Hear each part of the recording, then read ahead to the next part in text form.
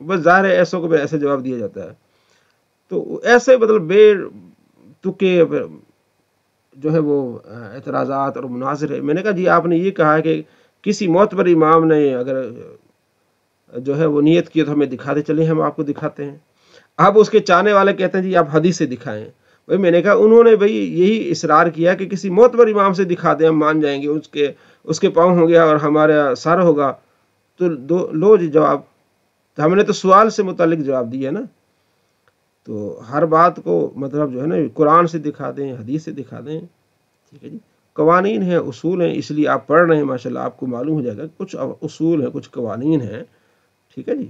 ابھی صبح میرے ایک بھائی بچے نے میرے سے پوچھا کہ یار ایک بندے نے امام نے منع کیا ہے کہ یہ 15ویں شعبان کے نفل پڑھنا منع ہے، اس کی دلیل لے آؤ. میں نے کہا یار جب منع کیے نا آپ نے پہلے منع کی دلیل لے آؤ. یہ تو ہم کہتے ہیں نفلی عبادت ہے، اس پہ متعلق احادیث بھی ہیں، صحیح بھی ہیں ضعیف بھی ہیں، لیکن جو منع کر رہا ہے دلیل یہ دے گا کہ ہاں اس رات کو نفل پڑھنا منع ہے، مغرب کے بعد نفل پڑھنا منع ہے.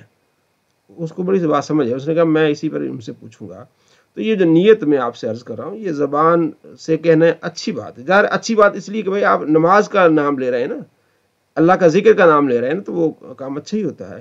باقی جو نیت فرض ہے وہ دل کے ارادے. آپ جب ارادہ کر لیا آپ نماز کے لیے جا رہے ہیں تو آپ ایک لحاظ سے نماز میں. حدیث پاک بخاری میں کہ نمازی جب نماز کا انتظار کر رہا ہوتا ہے تو وہ گویا کہ نماز میں ہوتا ہے. تو نماز کی نیت یہ جو ہے آپ کے ارادہ ہے. تو مقتدی کی اقتداء اس نے نیت کرنی ہے. مقتدی نے کہنا کہ میں امام کے پیچھے ہوں، اور امام نے یہ کوئی نیت نہیں کرنی کہ میں ان کا امام ہوں. اللہ اکبر کہہ کے کھڑا ہو جائے، پیچھے چاہے 10 صفحے آ جائیں، اسے پتہ ہی نہیں کہ میں نماز پڑھا رہا ہوں، لیکن وہ سارے اس کے مقتدی ہوں گے اور یہ کیا ہوگا، امام ہوگا. لیکن نیت کی سب سے ادنا کیا ہے؟ نیت جو ہے نا، ہم نے نیت کی بات ہے، نیت میں سے سب سے ادنا درجہ یہ ہے کہ آپ نے سلام پھیرا اور آپ سے پوچھا گیا بھائی کون سی نماز پڑھی ہے، تو آپ نے کہا میں نے ظہر کی پڑھی ہے، بس یہ آپ کی نماز ہوگی. لیکن اگر آپ سے پوچھا گیا آپ نے کون سی نماز پڑھی، اگر آپ سوچ میں پڑ گئے اچھا کون سی نماز پڑھی ہے، اس طرح پھر نماز نہیں ہوگی، کیونکہ آپ کو تو پتہ ہی نہیں ہے کہ آپ نماز کون سی پڑھی ہے آپ نے. تو ادنا درجہ نیت کا یہ کہ آپ نے سوچے بغیر آپ نے جواب دے دیا. اچھا جی، آگے نماز جنازہ کی نیت بھی آپ زبان سے کر سکتے. نیت کی میں نے نماز کی اللہ تعالیٰ کے لیے دعا کی، اللہ تعالیٰ کے لیے، اور دعا اس میت کے لیے، مستحب زبان اور سمجھانے کے لیے صرف یہ بات ہو رہی ہے. ٹھیک ہے. اور چھٹی شرط تکبیر تحریمہ. 6 شرطیں ہیں نماز سے پہلے کی اور 7 فرائض نماز میں. چھٹی شرط تکبیر تحریمہ کس کو کہتے ہیں؟ نماز کی چھٹی شرط تکبیر تحریمہ یعنی نیت کے وقت جو اللہ اکبر کہی جاتی ہے اس کو تکبیر تحریمہ کہتے ہیں. وہ جو اللہ اکبر کہتے ہیں نا، یہ تکبیر تحریمہ ہے.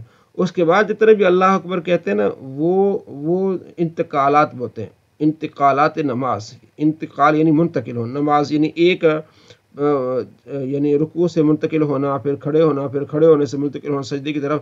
وہ سنتیں ہیں، وہ اگر چھوٹ بھی جائیں تو اس میں کوئی فرق نہیں پڑتا. لیکن اگر یہ چھوٹ جائے، یوں کہہ کے یوں کر دیا اور اللہ اکبر نہیں کہا تو نماز ہی نہیں شروع ہوئی. نماز کی چھٹی شرط تکبیر تحریمہ یعنی نیت کے وقت جو اللہ اکبر کہی جاتی ہے اس کو تکبیر تحریمہ کہتے ہیں. اس تکبیر کے کہتے ہی نماز شروع ہو گئی. یہ فرض ہے، بغیر اس کے نماز شروع نہیں ہوگی. مقتدی نے امام سے پہلے تکبیر تحریمہ کہہ لی تو اس کی نماز ہی نہیں شروع ہوگی. امام صاحب کہہ رہے ہیں اللہ اکبر، ٹھیک ہے جی.